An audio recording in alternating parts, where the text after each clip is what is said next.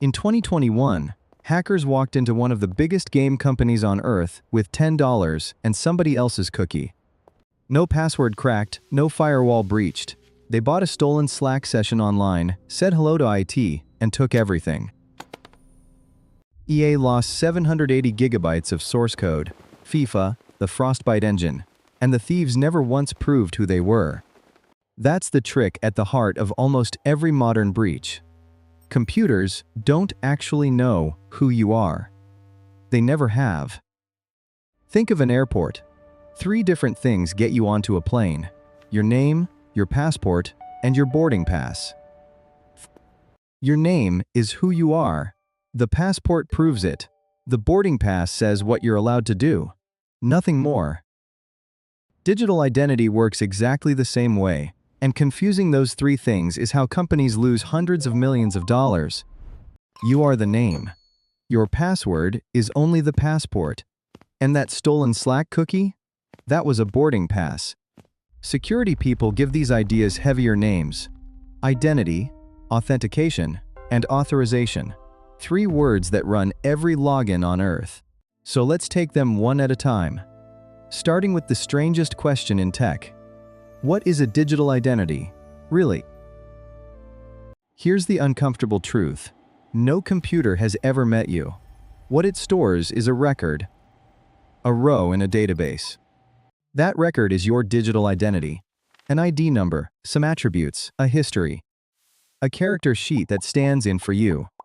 You have one self, but hundreds of these records. The average person now juggles roughly 120 personal accounts, plus dozens at work. Each account is a separate copy of you, living on someone else's computer, guarded by whatever proof that company decided to accept. In 2012, a hacker wanted a journalist's Twitter handle. Just 3 letters, M-A-T. Watch what the copies cost him. The hacker began with public breadcrumbs. Honan's website listed his address, his Twitter linked his Gmail, Google's recovery page revealed his Apple email. Amazon would add a credit card to Mat Honan's account for anyone who knew his name, email, and billing address. Apple then accepted that card's last 4 digits as proof of identity and handed his email to a stranger. From the email, the hacker reset everything else, then remotely wiped Honan's phone, iPad, and laptop. Years of photos gone. Nobody cracked a single password. The accounts simply trusted different proofs and trusted each other. Which raises the question, what counts as proof? Authentication is the passport check. The moment a system tests whether you really are the identity you're claiming to be.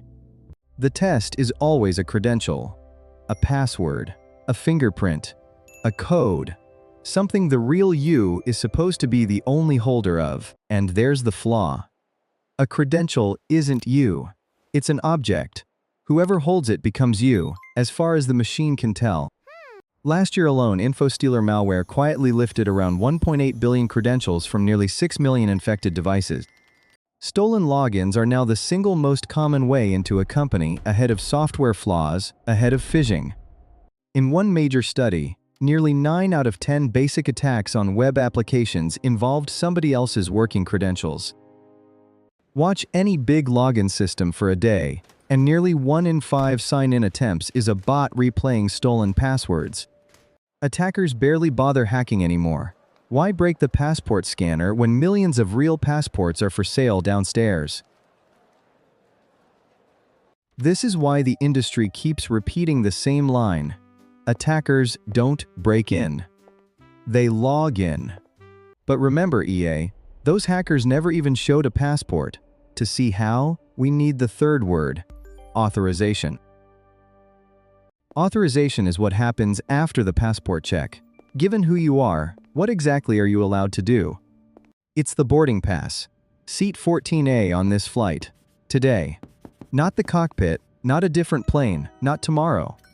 Every time you stay logged in, a system hands you one of these passes, so you don't reprove yourself every click. In your browser, they're called session cookies and tokens, and gate agents almost never check whether a pass was stolen. That was EA's disaster. The $10 cookie was a valid pass into their Slack, already past the passport desk.